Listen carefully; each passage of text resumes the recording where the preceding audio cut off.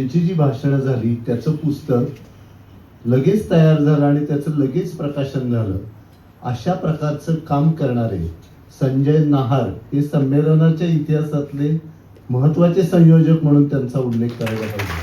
कारण काय, संमेलन संपलं की संयोजकांचा रस संपतो, पण त्यांची साहित्याविषयीची ओढ किती आहे हे या पुस्तकाच्या निमित्ताने दिसून आलं.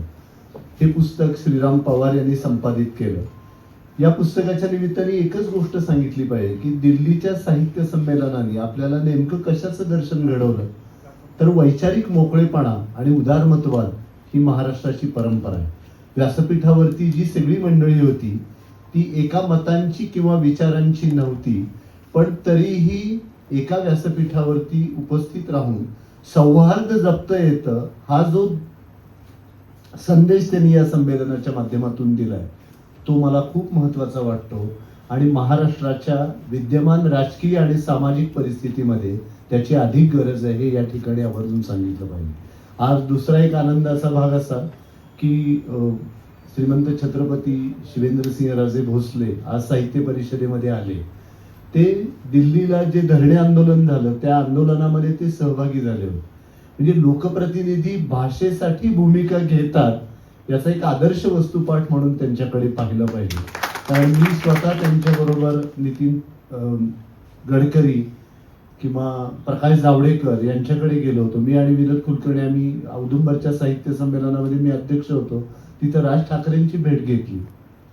पण एखाद्या लोकप्रतिनिधींनी यासाठी पुढाकार घेणं ही घटना खूप ऐतिहासिक होती आणि त्यामुळे शिवेंद्रसिंहराजे भोसले आज साहित्य परिषदेमध्ये आले आणि त्यांचा आंदोलक म्हणून सन्मान करता आला ही फार महत्वाची गोष्ट आहे.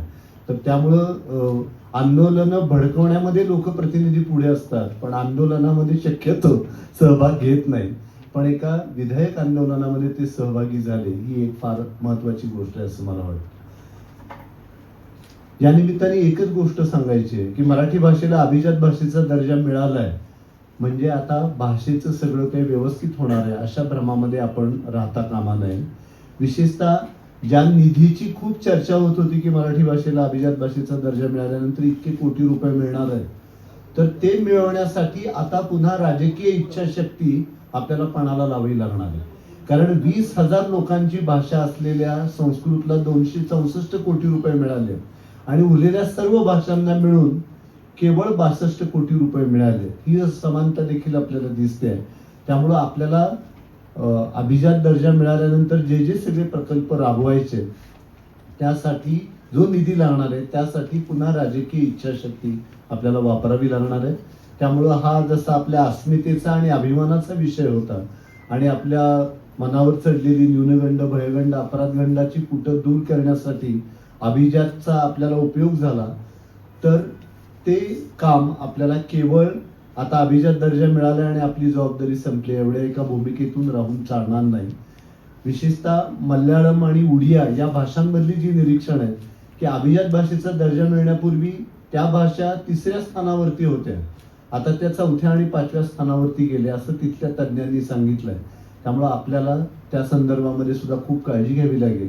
शेवटी भाषा आणि संस्कृतीची स्पंदनं ही प्रथम मनामध्ये उमटतात आणि नंतर ती उच्चारातून आणि कृतीतून प्रकट होतात.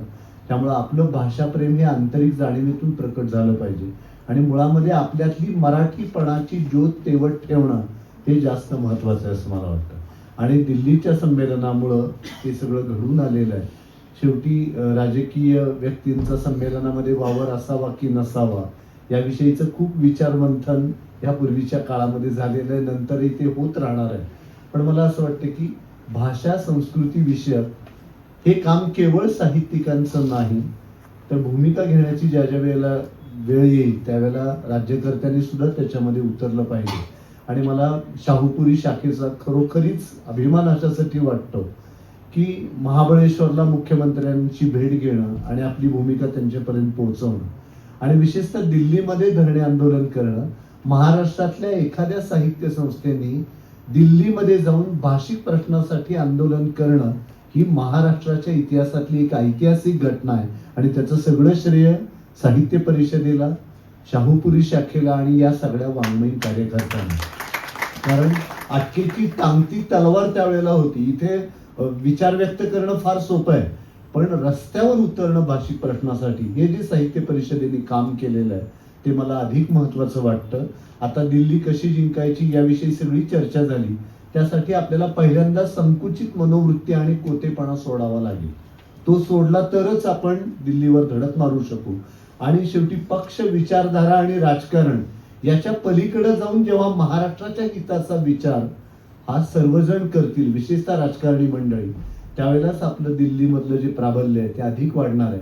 महाराष्ट्र हा देशाला दिशा आणि विचार देणारा राज्य म्हणून त्याचा उल्लेख केला जातो. पण आज महाराष्ट्राची ती ओळख कायम ठेवणं यासाठी आपल्याला प्राणपणाने प्रयत्न करावे लागणार आहे. या सुंदर कार्यक्रमासाठी आज शिवेंद्रसिंहराजे भोसले या ठिकाणी आले. मी त्यांचं परिषदेच्या वतीने ऋण व्यक्त करतो. आणि नेहमी पायघड्या या मोठ्या मोठ्या लोकांना घातल्या जातात, पण आज आंदोलनकर्त्यांना देखील पायघड्या साहित्य परिषद घालते. हे आज आपण तिथे दाखवून दिलेलं आहे. आणि भाषेसाठी त्यांनी केलेलं काम हे खूप मोठं आहे. संजय नाहार दिल्लीतलं जे संमेलन झालं त्याची विविध अंगाने वेगवेगळी चर्चा झाली, पण मला वाटतं की ताराबाईंचं भाषण, पंतप्रधानांचं येणं, या दोन गोष्टींची इतिहासामध्ये नोंद झालेली आहे की 70 वर्षापूर्वी देशाचे पंतप्रधान भाषेच्या उत्सवासाठी आलेले होते. आणि त्यावेळेला तर्कतीर्थांचं भाषण जसं गाजलेलं होतं तसं ताराबाईंच्या भाषणाने झालं. आणि एका गोष्टीचा आवर्जून उल्लेख केला पाहिजे की संमेलनाचे अध्यक्ष हे महाराष्ट्राचं वैचारिक नेतृत्व करतात अशी लोकभावना आहे. ती लोकभावना अधिक दृढ करण्याचं काम ताराबाईंनी आपल्या बाणेदार भाषणातून केलेलं आहे. हे आवर्जून या ठिकाणी नमूद केलं पाहिजे. तर ज्यावेळेला दिल्लीचा विषय निघेल त्यावेळेला पंतप्रधान शरद पवार साहेब, तारा भवाळकर यांच्याबरोबर संजय नाहार यांचंही संयोजक म्हणून नाव निघेल. कारण म्हणजे दिल्लीमध्ये राहून संमेलन करणं सोपं होतं, पण पुण्यातून दिल्लीमध्ये जाणं, आज लेशपाल नाही आहे, त्याचं लग्न झालेलं आहे. या अगोदर लग्न, संमेलनाचं, मग स्वतःचं, असं त्याच्या बाबतीमध्ये झालं. पण दिल्लीतल्या घराघरामध्ये जाऊन माणसं गोळा करण्याचं काम हे लेशपालनी केलेलं आहे. आणि या संमेलनाला सुद्धा दिल्लीतल्या अंतर्गत राजकारणाचा काही कमी फटका बसला नाही, तो सुद्धा बसला. पण या सगळ्या पार्श्वभूमीवरती ते यशस्वी केलं याचं श्रेय हे संजय नाहार, शैलेश पगारी आणि त्यांच्या सर्व सहकार्यांना.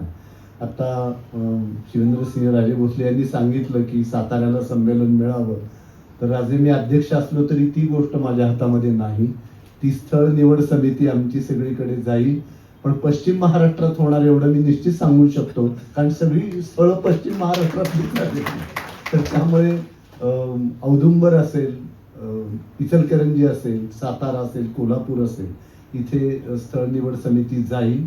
आणि 10 वर्षापासून सातारा मागणी करते आहे जवळजवळ साहित्य संमेलन मिळावं यासाठी. त्याचा सहानुभूतीपूर्वक विचार निश्चितपणाने करेल, एवढंच मी या निमित्ताने सांगतो. आणि आपला अधिक वेळ न घेता माझे 2 शब्द.